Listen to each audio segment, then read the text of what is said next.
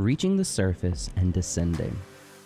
Once the briefing and equipment check are completed, your PSS instructor will give you the go-ahead to enter the water. There are different entry methods, and the choice of the most appropriate one varies depending on the location and the environmental conditions. Before each dive, your PSS instructor will carefully assess these factors to decide which method is the safest and most suitable.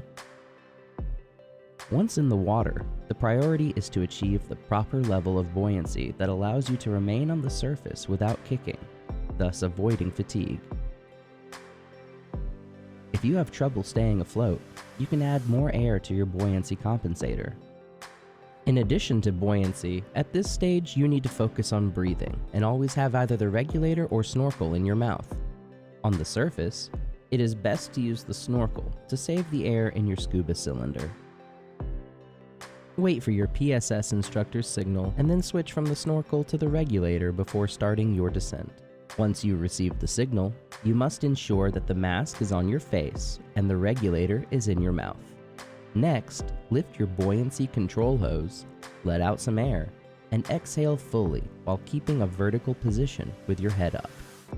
At the same time, perform the equalization technique to protect your ears and sinuses from pressure. To do this, blow air gently into your mask through your nose, then pinch your nostrils with 2 fingers while continuing to exhale. The equalization technique must be performed at the surface at the beginning of the descent and repeated periodically throughout the descent, even in the absence of discomfort or pain. If you feel any discomfort, you must immediately stop the descent and alert your PSS instructor. Then, ascend until the discomfort subsides and repeat the equalization process.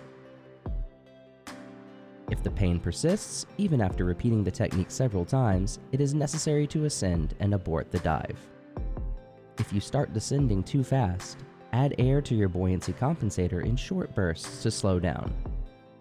After each burst, pause and see how it affects your buoyancy before adding more so you don't accidentally overinflate and start rising too quickly.